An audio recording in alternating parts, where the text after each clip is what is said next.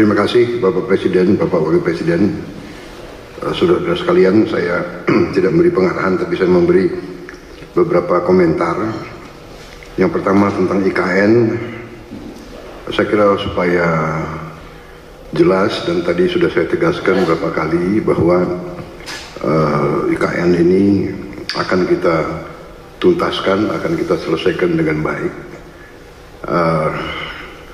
karena memang sangat dibutuhkan. Tadi Bapak Presiden menyampaikan soal pemerataan dan keinginan kita untuk juga meringankan daya dukung Pulau Jawa terhadap konsentrasi populasi dan konsentrasi kegiatan.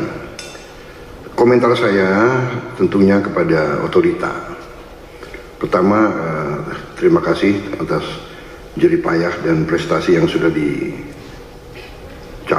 Saya sebagai anak bangsa melihat, saya juga cukup bangga nuansa budaya bangsa kita sangat kuat,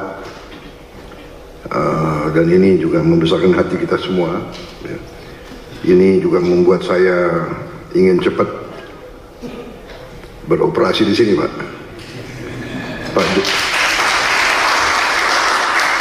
Pak Jokowi yang susah-susah, yang menikmati pertama saya, ya itulah takdir, Pak, begitu. Minta maaf, Pak.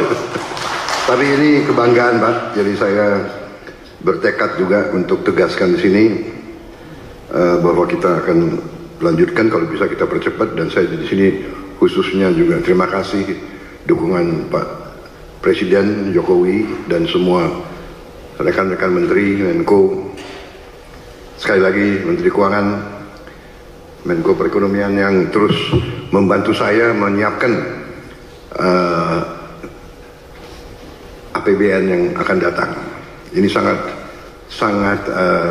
sangat membuat saya optimis. Walaupun tantangan global besar, tapi kekuatan kita besar. Dan dukungan Pak Presiden sekali lagi saya sampaikan, dan semua menteri membuat saya sangat optimis. Dan untuk ini juga saya ingin meyakinkan otorita bahwa ruang anggaran yang kita siapkan cukup besar, dan kita bisa, saya kira, selesaikan beberapa hal yang penting dalam IKN ini. Kalau menurut saya intinya adalah ibu kota negara, intinya adalah pusat pemerintahan.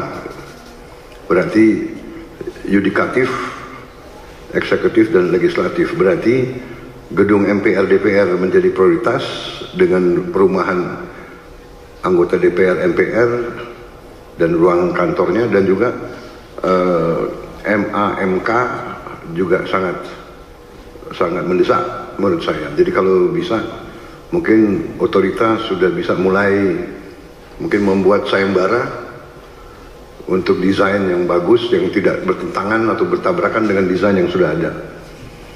Jadi MPR DPR, kemudian yudikatifnya, kalau itu sudah selesai, sebetulnya secara substansi ibu kota pemerintah sudah bisa beroperasi di sini.